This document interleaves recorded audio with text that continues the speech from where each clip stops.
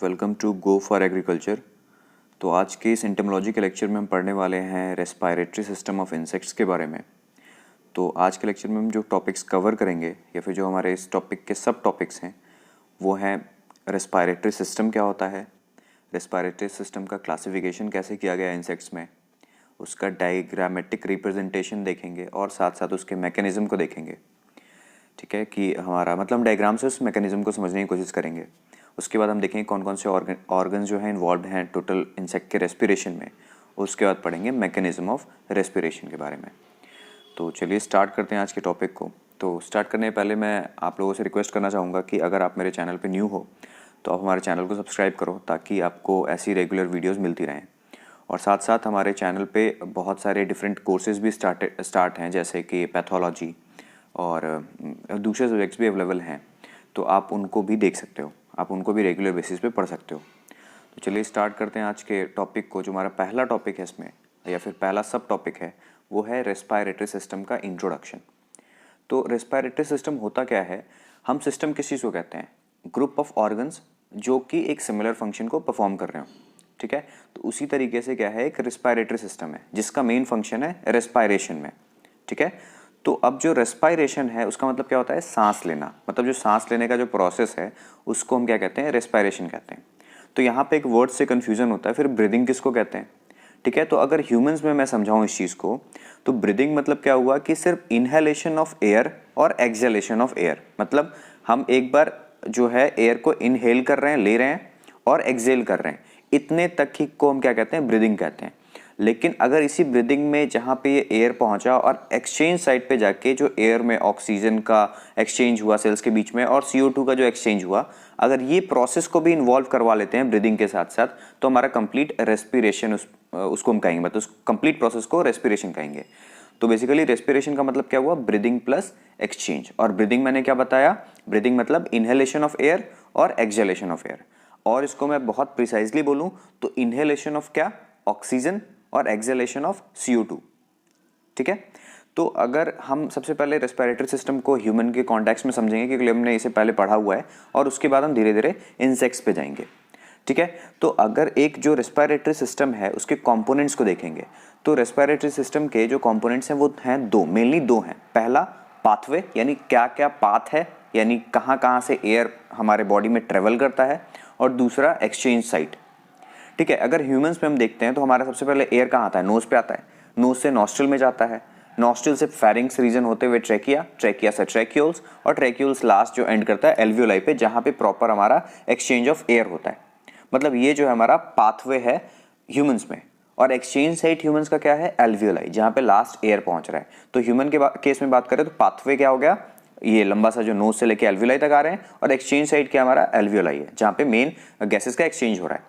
उसी तरीके से इंसेक्ट्स में अगर हम बात करें तो उनका भी दो कंपोनेंट है, यही कंपोनेंट होगा क्योंकि कंप्लीट रेस्पिरेटरी सिस्टम का यही दो कंपोनेंट है। हो सकता है कि इसमें जो ऑर्गन्स इन्वॉल्व हैं या फिर सेल्स इन्वॉल्व हैं वो अलग अलग होंगे, लेकिन कंपोनेंट्स दो ही होगा उनमें भी, फर्स्ट पाथवे, दूसरा एक्सचेंज साइट। तो ह्यूमंस में तो पाथवे और एक्सचेंज साइट हम समझ चुके हैं। सेकेंड जो है इंसेक्ट्स में, तो उनका जो रेस्पिरेटरी सिस्टम है उनका जो पाथवे होता है वो होता है स्पाइरेकल्स, ट्रेकिया और ट्रेक्यूल्स। इसके बारे में हम डिटेल अभी जस्ट आगे लेक्चर्स में मतलब इसी लेक्चर में आगे पढ़ेंगे। तो स्पाइरेकल्स, ट्रेकिया और ट्रेक्यूल्स जो है उसके पाथवे में आता है, और दूसरा जो एक्सचेंज साइट है वो आता है जो लास्ट ट्रेक्यूल है ना, वहाँ पे उनका एक्सचेंज होता है गैसेस का। तो आप इसको याद रखना, जो रेस्पिरेटरी सिस्टम का जो कंपोनेंट है वो है स्पाइरेकल्स, ट्रेकिया और ट्रेक्यूल्स। ठीक है, और जो एक्सचेंज साइट है वो है लास्ट ट्रेक्यूल्स। ठीक है, अब जो रेस्पिरेशन जो प्रोसेस है उसमें जो मेन जो बेसिक प्रोसेस इन्वॉल्व होता है जिसकी वजह से गैस एक्सचेंज होता है उसे हम कहते हैं डिफ्यूजन। डिफ्यूजन का मतलब क्या हुआ, किसी भी चीज़ का, या फिर कह सकते हैं बेसिकली जो हमारा एयर है उसका जो ट्रांसफ़र उसके हायर कंसंट्रेशन से लोअर कंसंट्रेशन की तरफ जब ट्रांसफ़र होता है कोई चीज़, मतलब अपने हायर कंसंट्रेशन से लोअर कंसंट्रेशन की तरफ, उसी प्रोसेस को हम क्या कहते हैं, डिफ्यूजन कहते हैं। जैसे हम जो एयर अभी इनहेल कर रहे हैं, जैसे मैं जो ब्रीथ अभी एयर मैंने क्या करा, इनहेल करा, तो जो एयर अभी मेरे अंदर गया, ठीक है, उसमें ऑक्सीजन होगा। तो जो अभी मैंने एयर लिया है उसमें ऑक्सीजन का कंसंट्रेशन क्या है, ज़्यादा है। ठीक है, और जो सेल्स हैं, ठीक है, उन्होंने रेस्पायर किया उस ऑक्सीजन को और CO2 को रिलीज किया है, तो मेरे बॉडी में CO2 का कंसंट्रेशन क्या है, ज़्यादा है, और जो मैंने बाहर से ऑक्सीजन लिया है उसमें CO2 कम है, ऑक्सीजन ज़्यादा है। तो देखो बाहर वाले एयर में ऑक्सीजन ज़्यादा है तो ज़्यादा ऑक्सीजन बाहर में है, अंदर में कम है, तो ऑक्सीजन मेरे बाहर वाले एयर से कहाँ चला जाएगा, अंदर वाले एयर में चला जाएगा, मतलब वहाँ अंदर का जो एयर है उसमें एक्सचेंज हो जाएगा, ऑक्सीजन वहाँ ट्रांसफर हो जाएगा।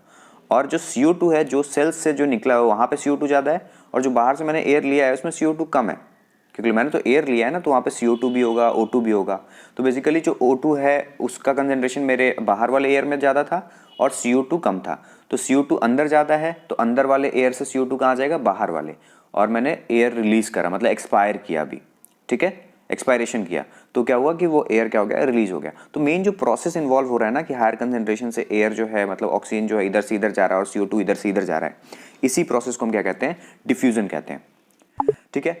अब ह्यूमंस में क्या होता है कि जब एयर फाइनली पहुंच जाता है एल्वियोलाई के पास जहां पे एक्सचेंज होता था, तो वहां से वो ट्रांसफर होता था ब्लड के पास, ठीक है, मतलब ब्लड एल्वियोलाई के से अटैच होता था ब्लड वेसल, और वहां पे वो ब्लड में एयर चला जाता था और वहां से वो डिफरेंट डिफरेंट ऑर्गन्स को पहुंचता था। लेकिन अब हमें मेन तो इंसेक्ट्स के बारे में पढ़ना है। तो इंसेक्ट में क्या होता है, एयर जो है डायरेक्टली सप्लाई होता है ईच एंड एवरी सेल्स, या फिर कह सकते हैं each and every organ of the body, ठीक है। इसीलिए जो इनका जो सिस्टम है रेस्पिरेटरी सिस्टम, वो डायरेक्टली अटैच होता है एक एक सेल के साथ, इसमें कोई भी इन्वॉल्वमेंट नहीं होता है किसका, किसी भी ब्लड, या फिर जो इंसेक्ट में ब्लड नहीं कहते हैं, हीमोलिम्फ कहते हैं, तो इनमें हीमोलिम्फ का इन्वॉल्वमेंट होता ही नहीं है रेस्पिरेशन में। यानी यहाँ पे जो उनका ब्लड यानी हीमोलिम्फ जो है कंप्लीट उसका जो फंक्शन है वो सर्कुलेटरी सिस्टम का ही है, ठीक है। इसमें कोई भी रेस्पिरेशन में हीमोलिम्फ का कोई भी इन्वॉल्वमेंट नहीं है, ठीक है। तो एक बार आप रेस्पिरेटरी सिस्टम के डेफिनेशन को कह सकते हैं, या फिर जो एक प्रॉपर जो कंप्लीट डेफिनेशन कहलाएगा उसको देख लो। Respiratory system consist of air filled tubes और trachea which open at the surface of the thorax and abdomen through the paired spiracles. मैंने पहला कंपोनेंट क्या बताया था, स्पाइरेकल्स, ठीक है। The muscular valves of the spiracles closed most of the time, open only at to allow and uptake the oxygen and escape of the carbon dioxide। Overall इसका मतलब क्या है जो मैकेनिज्म में देखेंगे, तो यहाँ पे मैंने जो डायग्राम दिखाया है, यहाँ से मैंने कोशिश करी है कि आप ह्यूमन से इन सब चीज़ को कंपेयर कर पाओ। यहाँ से ये जो रहा इसका पाथवे है, और यहाँ पे जो लास्ट ट्रैक्यूल होता है वहाँ पे उसका एक्सचेंज साइट होता है, ठीक है। अब हम मेन जो हम बात करने वाले हैं इंसेक्ट्स में, मैंने भी क्या बताया कि जो हर ऑर्गन है इंसेक्ट का, हर सेल है, वो डायरेक्टली क्या होता है, अटैच्ड होता है उनके ट्यूब से, जहाँ पे क्या होता है, एक्सचेंज होता है बेसिकली एयर का। अब हम बात करते हैं, सबसे पहले मैंने इसका कंपोनेंट क्या बताया, स्पाइरेकल्स, ठीक है।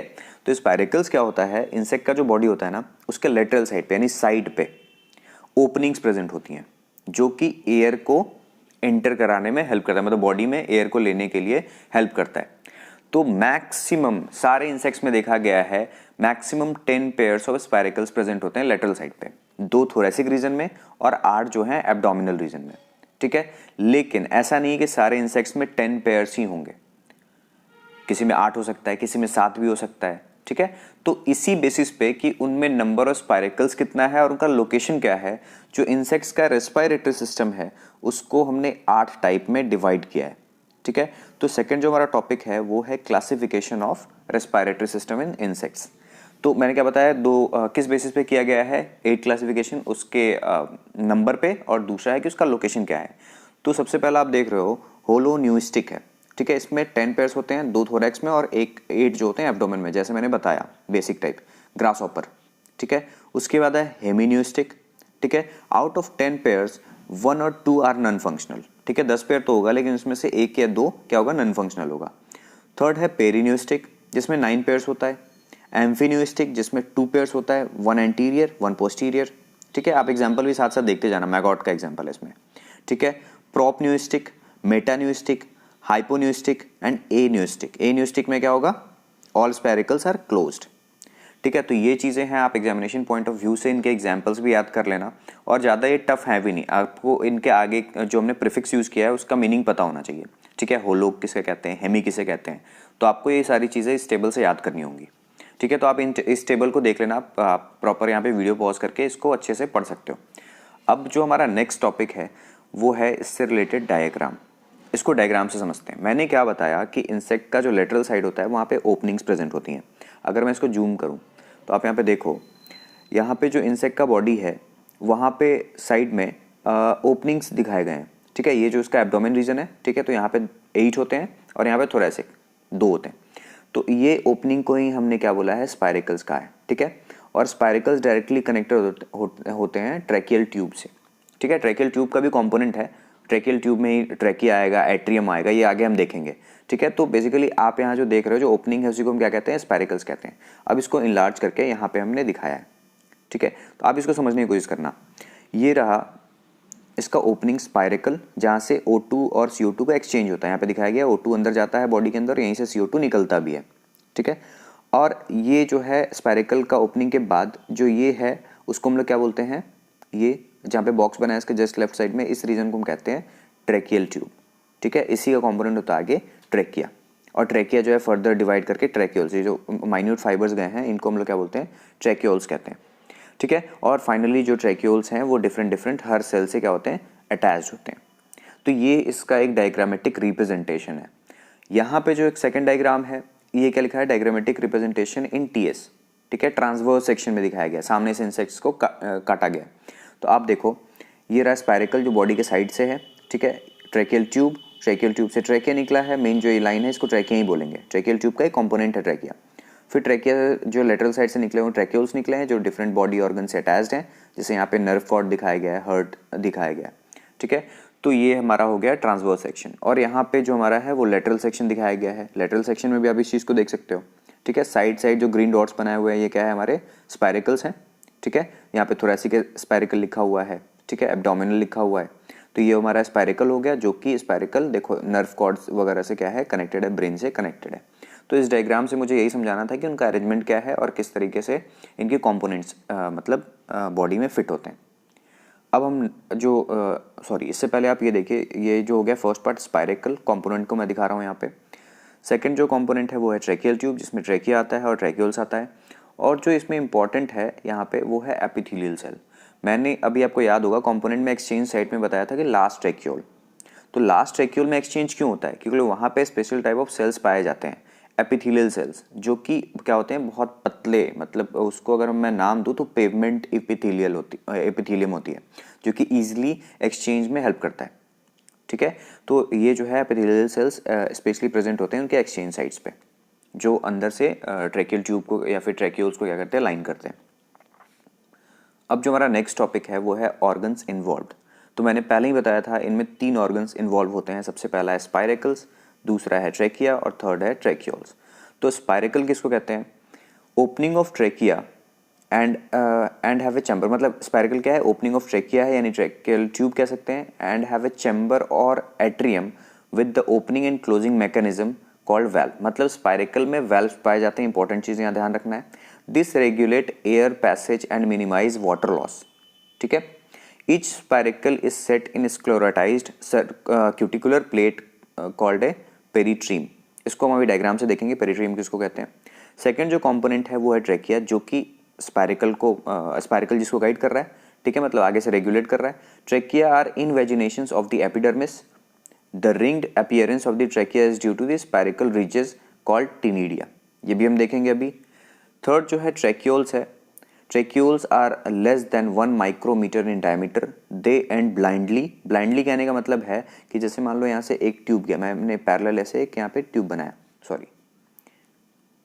यहाँ पे क्या है, ये रहा एक ट्यूब, ठीक है। तो अगर ट्यूब आगे जाके राउंड ऐसे ब्लाइंडली बंद हो जाए, आगे जाके कर्वली ऐसे बंद हो जाए, इसको हम लोग कहते हैं ब्लाइंडली हो जाना, ठीक है। तो ये क्या है, ब्लाइंडली होता है, in blindly and closely contact the respiring tissues, उनके साथ क्या होता है, कॉन्टैक्ट में होता है जो भी टिश्यू रेस्पायर कर रहा है, यानी जहाँ पे एक्सचेंज हो रहा है गैसेस का। Gases exchange occurs across tracheoles, जो चीज़ें मैंने पहले बता दी हैं। अब यहाँ पे आप इसको डायग्राम से समझो, ठीक है। ऑर्गन कौन कौन से इन्वॉल्व हो रहे हैं। सबसे पहला जो बॉडी, ये जो है हमारा बॉडी वॉल है, ठीक है। बॉडी वॉल जो आउटर साइड है वहाँ पे स्पाइरेकल होगा ओपनिंग। ये जो हमारा कंपोनेंट जो दिखाया गया है इसी को हम कहते हैं ट्रैकियल ट्यूब, ठीक है। तो देखो ट्रैकियल ट्यूब में ये वाला पार्ट है जो डायरेक्टली स्पाइरेकल से कनेक्टेड है, उसको हम लोग क्या कहते हैं, ट्रैकिया कहते हैं। इसको और भी हम थोड़ा सा डिटेल में पढ़ेंगे, तो अभी इसको ट्रैकिया समझो। ये जो ट्रैकिया है आगे जाके ट्रैक्यूल्स में डिवाइड होता है, और यहाँ पे हर ट्रैक्यूल पे क्या होते हैं, अलग अलग सेल्स जो होते हैं अटैच्ड होते हैं, जहाँ पे गैस एक्सचेंज होना है, ठीक है। अब यहाँ पे आओ, इस डायग्राम से हम इसको डिटेल में समझेंगे, ठीक है।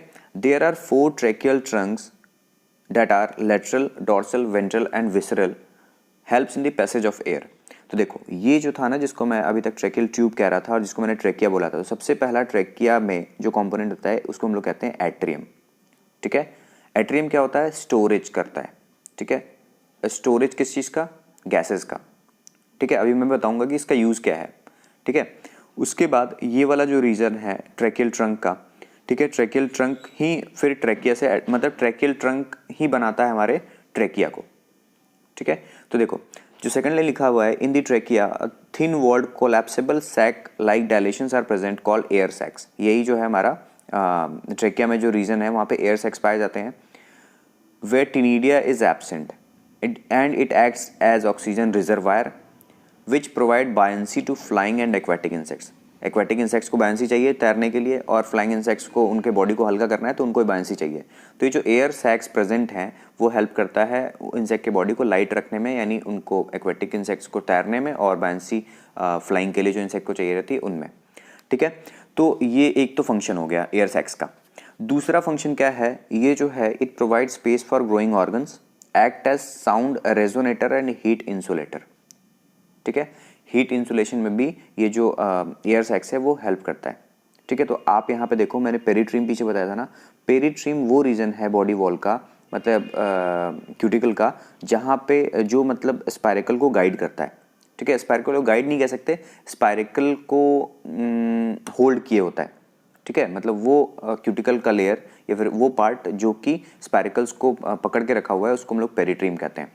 ठीक है, तो आप यहाँ से शायद आप लोगों को ये चीज़ें क्लियर हो गई होंगी इस डायग्राम से कि बेसिकली इनका जो स्ट्रक्चर है वो किस तरीके से है। ठीक है, अब जो हमारा नेक्स्ट टॉपिक है वो है मैकेनिज्म ऑफ रेस्पायरेशन। तो बेसिकली मैकेनिज्म को मैं दो पार्ट में समझाऊंगा। फर्स्ट, जब स्पाइरिकल क्लोज होगा, और सेकेंड जब स्पाइरिकल ओपन होगा। तो आप मान के चलो, आप इसको इमेजिन करना कि स्पाइरिकल अभी क्या है? क्लोज है। तो क्लोज है तो जो एयर इंसेक्ट ने अंदर ले रखा है, तो अभी क्या हो रहा होगा कि वो ट्रेकियल ट्यूब से होते हुए ट्रेक्यूल्स के पास गया और ऑर्गन्स के पास गया। वहाँ पे एयर एक्सचेंज होना है, क्योंकि हम जानते हैं जो एयर लेके क्लोज हुआ है स्पाइरिकल, अभी वो एयर में क्या होगा कि ऑक्सीजन ज़्यादा होगा, अंदर में कम होगा। तो वहाँ पे एक्सचेंज क्या हो जाएगा? ऑक्सीजन का, मतलब सेल्स में चला जाएगा ऑक्सीजन, और CO2 वहाँ से रिलीज होकर ट्रेकियल ट्यूब में आ गया। अब जो ट्रेकियल ट्यूब में क्या हो गया? CO2 का कंसेंट्रेशन ज़्यादा है। अब ये क्या होगा? ओपन होगा स्पाइरिकल। ठीक है, मतलब अभी तक का क्लोज का कंडीशन था एक्सचेंज तक, अब ये ओपन होगा। क्यों? क्योंकि अब जो है सेल्स को फिर क्या चाहिए? ऑक्सीजन चाहिए। जो ऑक्सीजन था बाहर वाले एयर में वो यूज हो गया है, तो स्पाइरिकल क्या होगा? वेल्व्स ओपन हो जाएंगे, स्पाइरिकल ओपन। स्पाइरिकल ओपन होगा तो क्या होगा? एयर क्या हो जाएगा? जो पहले अंदर एयर था वो क्या हो जाएगा? रस आउट कर जाएगा। इस प्रोसेस को हम लोग कहते हैं एक्सपायरेशन। और जैसे एक्सपायरेशन होगा, अंदर एयर नहीं है, वहाँ का प्रेशर डाउन हो जाएगा। तो बाहर का प्रेशर हम जानते हैं 1 atm प्रेशर ज़्यादा है, तो बाहर से एयर क्या कर जाएगा? अंदर की तरफ रस कर जाएगा। और इस प्रोसेस को हम लोग क्या कहते हैं? इंस्पिरेशन कहते हैं, इंस्पायरेशन कहते हैं। ठीक है, तो ये जो प्रोसेस है इंस्पिरेशन और एक्सपायरेशन, इसको हम ब्रीदिंग कहते हैं। और जो फाइनली जाके एक्सचेंज हो रहा है ट्रैक्यूल्स में, उस प्रोसेस को भी इन्वॉल्व करा लें तो उसको हम लोग रेस्पायरेशन कहते हैं कंबाइंड। तो आई होप ये मैकेनिज्म भी समझ में आ गया होगा।